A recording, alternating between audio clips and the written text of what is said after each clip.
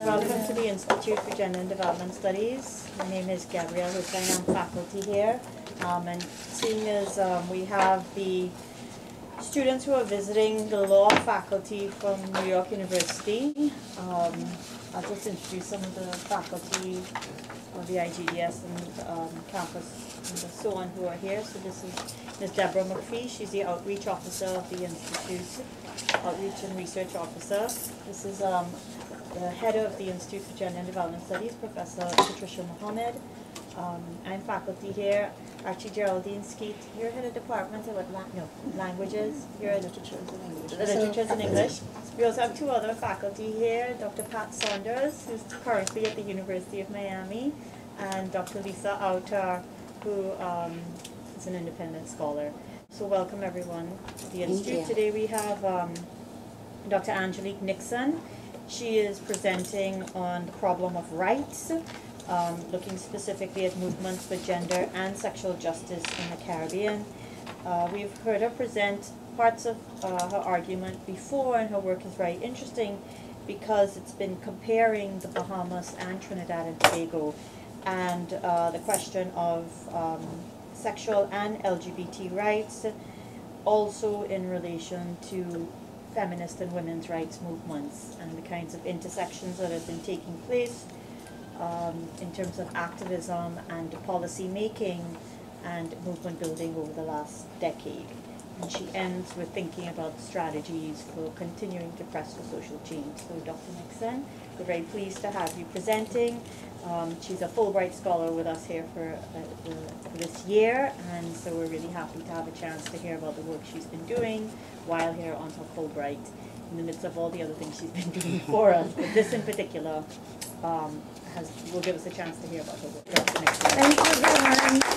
Thank you all for being here. I want to just start by saying that my work for the last 5 or 6, well, since the dissertation really, for the past 6 years has really been about tourism, diaspora, and sexuality in Caribbean culture. And a lot of my activism has been around LGBT issues and sexual minority issues in the region through my work with the Caribbean IRN and Dr. Rosamond King, which I started in 2009. And so this project is not necessarily, it's sort of really new for me. And so I just want to say that too, that that this is a result of me thinking through some of these issues, not only in my teaching, but also in my own activism and work. And so it's very, very new, and I'm working through a lot of ideas. And so what I decided today, one of the reasons that I've been thinking deeply about this problem of rights and public discourse is to think about the anxieties over rights and who should have access to protection and how that gets represented in public discourse, particularly around conversations of gender policy reform.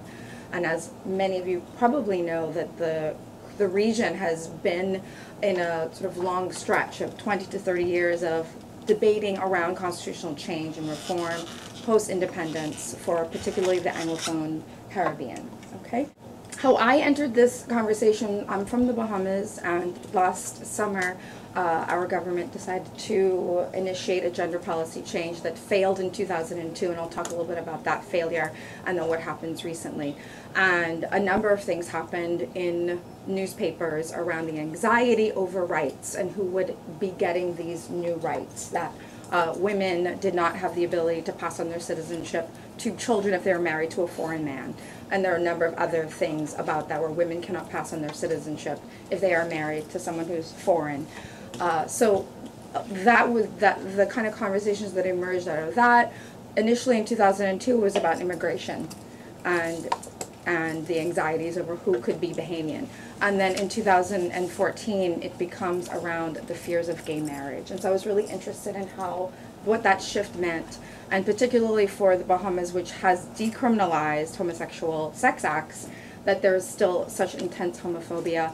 And in fact, there were death threats happening over the summer over pride events, and it all happened around this announcement of the this gender referendum. And so it really, I was a part of some of the public debates and conversations around it, and a lot of other activists, and it created a lot of tension between women's rights activists who started to move away from the LGBT rights activists, and there was this really big division in public discourse, and I was really interested in that. So that's where this project is coming from. I'm also really interested in how the language we use around sex, gender, equality, and justice, and how we still have a lot of work to do. One of the things I'm really interested in is how, when we have these conversations about rights and who should have protection and who should have the access to rights, the way that in particular sexual minorities have been scapegoated as the problem when women's rights are not achieved, and then also in certain cases migrant communities are also scapegoated. And so my larger project will really dig into that and do a comparative analysis across the region.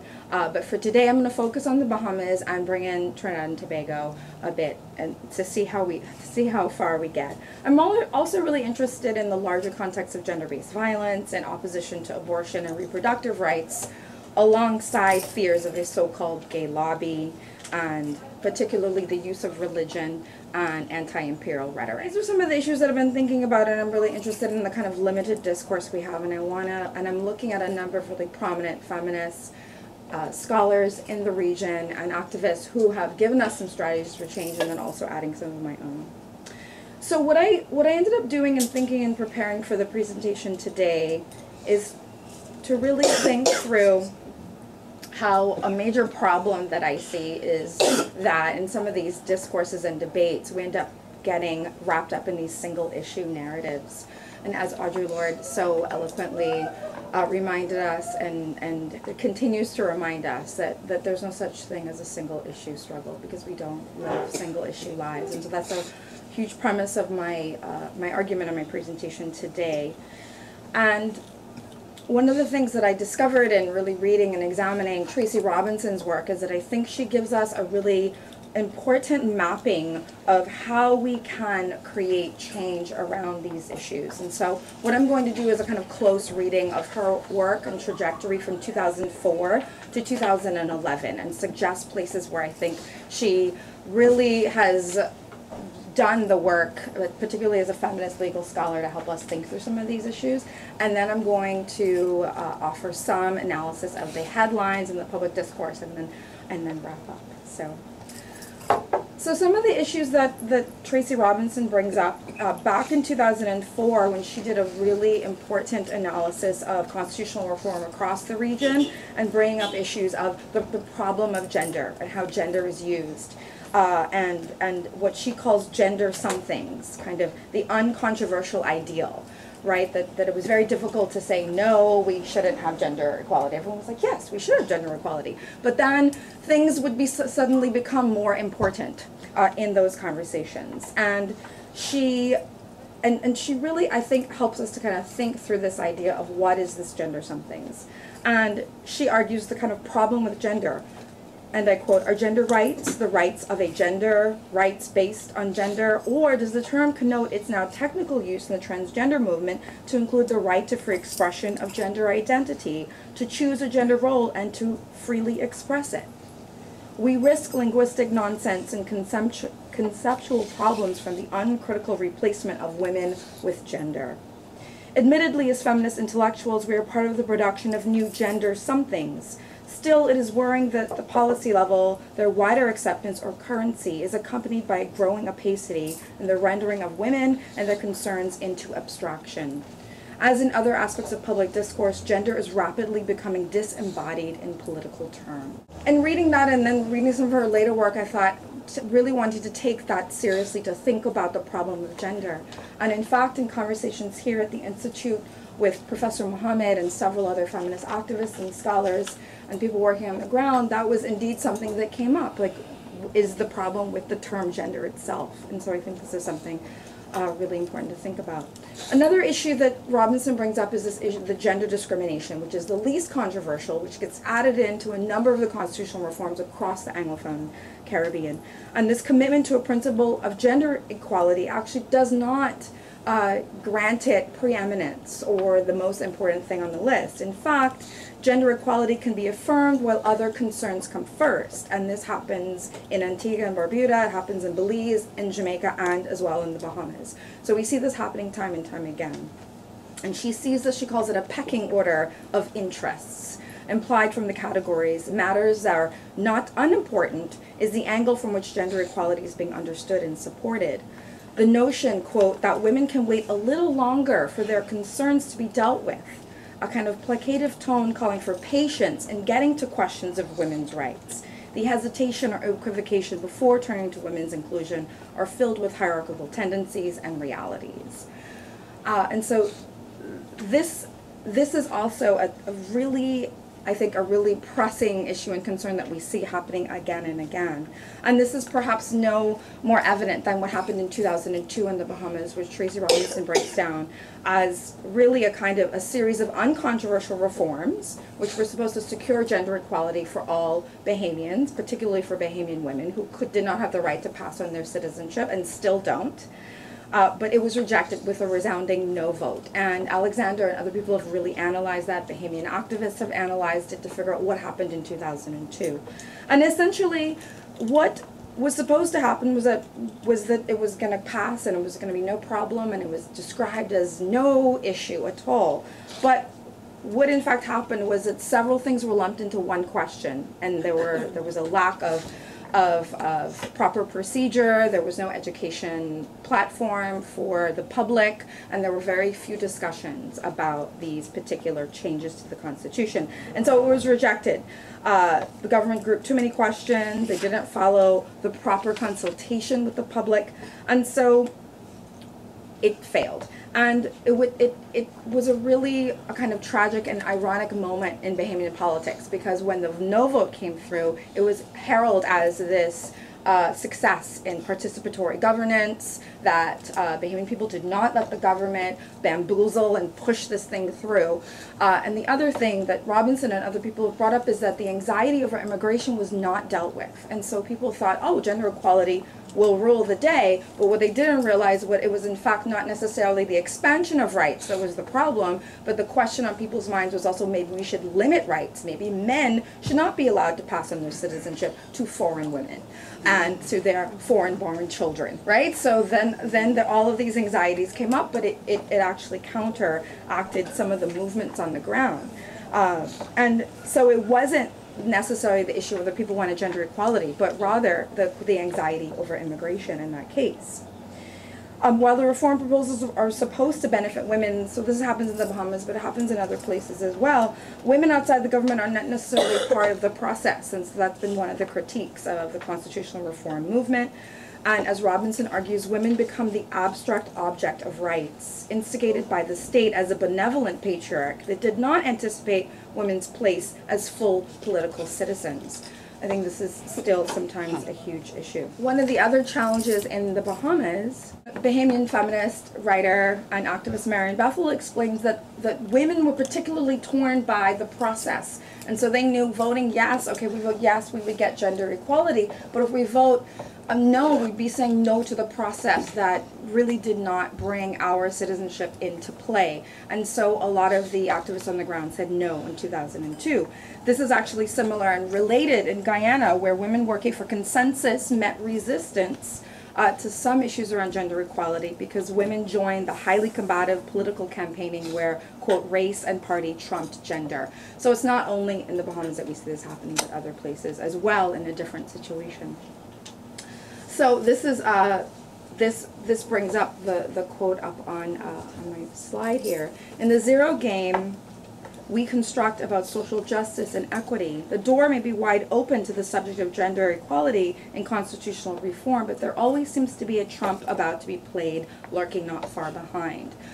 So case in point, I'm looking at about 12 years later in the Bahamas, the gender equality reform comes up again, and then suddenly it's something else, which is the fears over same-sex marriage that start to question and challenge the issues around change.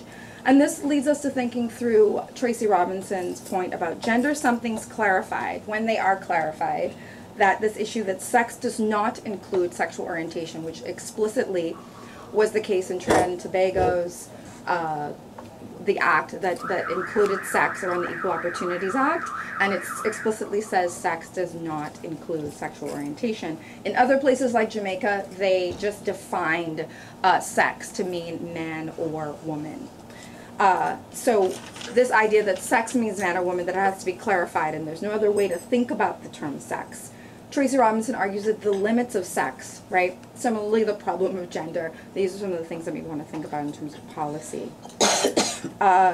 Tracy Robinson calls this use of, particularly around the 1986 Trinidad and Tobago Sexual Offenses Act, she calls it the perverse practice of using statutes that had as one goal strengthening women's rights as a location for retrenching what Jackie Alexander calls the erotic autonomy of gays and lesbians. In 1991, in the Bahamas Sexual Offenses and Domestic Act, this also did that very same thing. So including women and women's sexual acts as a criminalized sexual activity along with the buggery laws, so expanding the buggery laws. And as I said earlier, then in 2000, we have the inclusion of sex, but it specifically says in the Equal Opportunities Act that this does not include sexual orientation. Other places like Jamaica have less settled language. In 2002, the Charter of Rights and Freedoms suggests protection from discrimination on the ground of sex, that is to say male or female.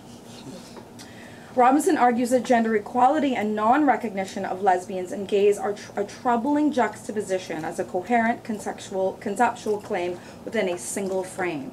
So again, I'm thinking about the ways that it becomes a single narrative. We can't think through how these things intersect and obviously connect, and the fact that women are also a part of LGBT community as well. So that's sort of obvious, right? So essentially, I'm thinking about the way that this issue continues to divide, and Robinson also points this out, Caribbean feminists and feminist organizations who at times have been really struggling with how to think through women's liberation and also the issue of the marginalization of same-sex sex acts, for example, in certain laws, but also on the ground LGBT organizing.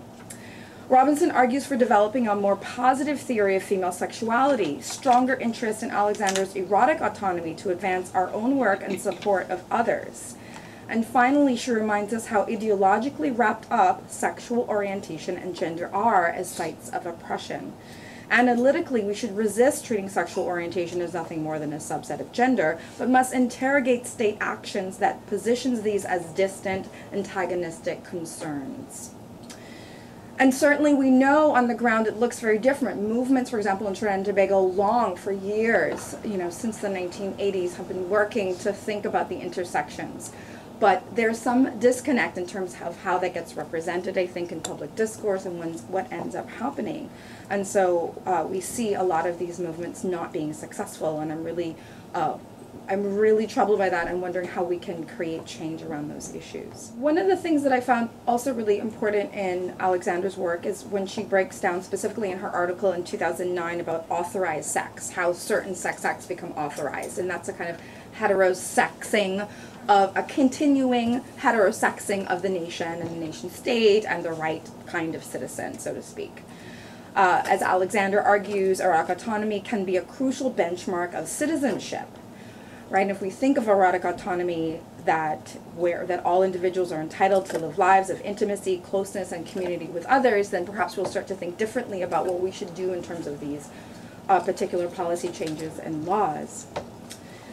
One of the things that I also found particularly interesting in this article and thinking about the limits of sex, Robinson says that sex and eroticized bodies are gender subjects, and the idea and burdens of womanhood serve as rudiments for modern conceptions of sexuality in the Caribbean. And so really thinking about how, in particular, the analysis of Trinidad and Tobago's Sexual Offenses Act and the work done not only by Alexander but Yasmin Tambia, breaks down the kind of instability of law and legal understandings. And in particular, Tambia's work, as Robinson suggests, and in my own reading of her work, discussing the process of reform and public debates, reveals the process in which social discourses are nuanced by place and time and hierarchies and relations of race, gender, and sexuality. So when we're looking at the process of how laws are being debated or referendums or constitutional reform, it's not just that, okay, there's the law on this side and what's happening here, but we're also thinking about what happens in the process of the discussions, and I'm really interested in that as well. And in my larger project, I really hope to offer a wide analysis and breakdown of that across the region. And most recently, Grenada is also going through this, and so is Barbados. And so I'm looking at both of those sites as well. Finally, and kind of wrapping up my look at Robinson and then moving on to strategies, I want to talk a little bit about Robinson's article, Our Imagined Lives, in 2011, which I think, for me, offers a trajectory of how we can think about strategies for change. She looks at and pays particular attention to the past 25 years of overhauling laws dealing with violence against women and the family, and the kind of focused boundaries on authorized sex, and a kind of sharpening of the notion and danger of the homosexual other, that those things are happening simultaneously. We also have anxieties of HIV and AIDS that have been really instrumental in reaffirming these boundaries of authorized sex, and the kind of dangers of the quote-unquote homosexual body as well as the sex worker body. So we know those things are happening as well. And also, religious and particular kind of Christian fundamentalist pressure around not dealing with reproductive rights and not addressing abortion rights at all. And so we know that same-sex sexuality included in criminal codes around quote-unquote unproductive sex then affirms heterosexuality, and not only that, but a heterosexual reproductive relationship as the only legitimate sex. And even in the case of the Bahamas, where they, shortly after passing the Sexual Offenses Act and Domestic Violence Act in 1991, the government put through legislation that essentially decriminalized homosexuality, but not because of any LGBT rights quote-unquote agenda, but rather because of the private-public issue, and that's how it was framed. And in fact, it still describes same-sex sex acts as unnatural behaviors between men and women in the ordinance, even though, and all of the kind of fines are around the public nature of sex, but even the private sex is still called unnatural. So even though it's decriminalized, it's still regarded as this unproductive sex. What Tracy Robinson describes as kind of the limits of sex is what I'm really thinking about. This issue then that sex does not include sexual orientation, or the way that sexual expression is severed from gender equality, which I think is a particularly worrisome issue in terms of how gender is mobilized, what Robinson describes as a kind of neutralizing of gender's analytical focus.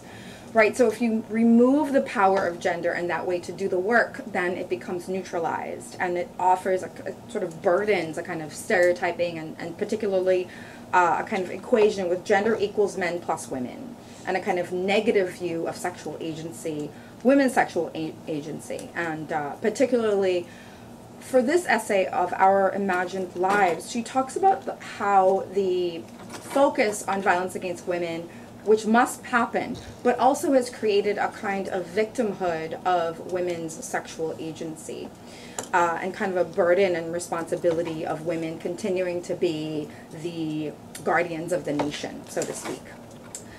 And so while the history of feminist advocacy and Caribbean women's movements shows the resistance to constrain notions of womanhood, less and less, this driving of gender somethings has been able to initiate serious political change. But Robinson argues that doesn't mean that gender is politically spent, but rather maybe we need to repoliticize the concept of gender itself. I agree with her when she says that our agendas for social justice will be ethically weak and politically fractured if we do not vigorously resist the circling of gender and sexuality as discrete concerns. We need a reprisal of what we mean by gender justice and give serious consideration to the place of erotic autonomy and what it means to be a citizen. And so in her breaking down this issue of how we can rethink our imagined lives as this conceptual framework that she offers, that can we imagine different ways to think through women's issues and equality, and also think about different language. And I think that based on all of the things that I've been reading and working through, her critique of the focus, a kind of singular focus on violence against women, actually makes sense to me. And in fact, she says that perhaps us thinking about it as the single thing that unites all women across classes, races, and ethnicities may not, while that could be true, that maybe we need to expand our thinking of that particular issue. And that, in fact, this sort of the way that the victimhood and thinking through horrific incidents of violence become not only spectacular and noteworthy, but also ordinary. And so the violence becomes more and more and more normalized. And she's not suggesting that feminists in the region do less work on violence against women, or that it's less urgent or less critical, but rather that the naturalness of anti-violence against women activism as woman-centered work can be precarious. And thinking about the kind of association with a heterosexed existence, that women's power is diminished through violence that is perpetrated by men. And then the focus becomes a kind of firmly heterosexed focus. And so she wants us to push and expand beyond how we see and represent and imagine women's lives, and maintain a commitment to ending harm to women, and also providing rich descriptions of women's experiences, cares, and identities. And she argues that it actually has to start with us. And I also think that this is very much the case, and really thinking about how we can move beyond gender being an end of and in itself, but rather gender becoming, or returning and also becoming a new kind of analytical frame, and a very powerful frame in which we do our activism and do our research. And this can perhaps really help us think about issues of equality and justice. Particularly in the Caribbean, we're faced with a lot of questions of male marginalization, female ascendance, and how do we really think then through issues of gender agency and equality? And how do we really begin to tackle differences in terms of meanings of equality and gender justice? And so her issue, or one of her suggestions, is this idea of gender as a suggestion. And I think this is particularly interesting to sort of think about a multifaceted agenda for social justice, and really thinking about diversity and shifting the way we imagine ourselves in our communities. And I'm going to pause right here and just talk briefly, and then kind of wrap up with this issue.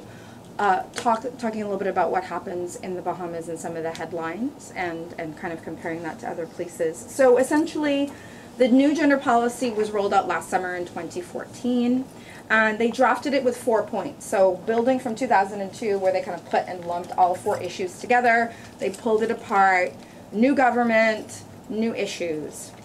They drafted it, they put it out, they began public consultation, and it was supposed to be put up in November for referendum. It was tabled in Parliament in November because of the controversy and confusion over the term sex. Literally, there were dozens and dozens of articles in the papers saying that this use of the term sex is going to usher in gay marriage, and it is going to be the downfall and damnation of all Bahamians everywhere and the moral fiber of our very being. And also the government, because they have a large majority in Parliament, they wanted opposition support. Opposition said, no, we are not supporting this, even though they were the government that put in the 2002 referendum, interestingly enough. They said, no, we will not, we need amendments. The call for amendments came from the Bahamas Christian Council, which has a huge lobbying power in the government. And so they recommended that the term sex be defined as a man or a woman at birth. So this created a huge and very, very fiery and really painful response between women's rights activists who are working on the ground around violence against women and dealing with issues of, incredible and intense. We have the highest number of per capita of child molestation and child sexual abuse. And so these are really pressing issues for activists. And so I also understood their need to think about how do we expand gender equality on their mind. And so they don't want to be confused or having to confuse with the quote-unquote gay stuff. So they responded and said, no, sex has nothing to do with sexual orientation. It has nothing to do with that gay stuff. What are you talking about? So they rallied on that side. LGBT activists said, well, of course gender equality has to do with sexuality and sexual orientation. So that was the kind of really fiery debate, and it created a very sharp division between issues of women's rights and equality and LGBT issues. And it also, the leader of the Bahamas Christian Council, Miles Monroe, who was a very revered and very prominent Bahamian leader, who has since passed away, he wrote a 5-page, really, really hateful response to the referendum and a kind of damnation of LGBT people, and published it in the papers. And that created another kind of response. And in response to that, actually, one of the women's rights activists, a young woman, decided to come out, and she wrote her, I'm actually a member of the sexual minority community, and I also work at I work with women's rights issues, and I want us to, basically, can we please get along and sort this stuff out? And then she was disinvited from the women's rights movement meetings after that, and is continuing to do her work. And then one of the main spokespersons for LGBT issues was constantly being called on to kind of defend this issue of rights, and she happens to be very informed and a legal, really knowing about the law. And so she was saying that, well, in fact, if you have sex, it does create a pathway for us to think about these rights issues. And so it's been a very, very, very complicated and troubling moment. Right now, it's still tabled in Parliament. There's still discussion happening, and we shall see what moves on from here. But LGBT activists have said, if you define sex as man or woman, then you are completely negating people who are intersex or trans, and that is an issue, and that is an issue for gender and sexual equality. So that is happening, but the women's rights movement folks are still resistant to that. So that's kind of what's happening on the ground. Some of the headlines included, like, women's rights being used to advance gay agenda, propaganda over gay, propaganda over women's equality, right? And so these were kind of some of the really inflammatory headlines. And in response, gays not pushing same-sex marriage were some of the kind of editorials that were being written in during September to November, which was the really part of the heated debate. But not to be undone, other places have also had this sexual orientation issue. In Trinidad in November 2014, one of the headlines in the papers was LGBT issues hindering gender policy, around the conversations of the Equal Opportunity Amendment to add sexual orientation, HIV, and age. And in Jamaica in June, buggery laws could dominate review of sex laws, questioning about the looking back at the Sexual Offenses Act and deciding whether or not what the term sex would do and how that could expand or not expand rights. So this is something that I see happening across the region. So in closing, I want to talk a little bit about what I see as some possible strategies. Like I said before, the issue of gender as a suggestion, reclaiming gender's analytical power, and ways that gender can be a kind of multifaceted approach to thinking about how we discuss these issues. Also, I had the great opportunity to lead a sexualities plenary at the Caribbean Studies Association conference in Merida, and with a number of amazing scholars, including Professor Mohammed, Jackie Alexander, and Michelle Rowley, and activist Colin Robinson, and a few other local activists in Merida.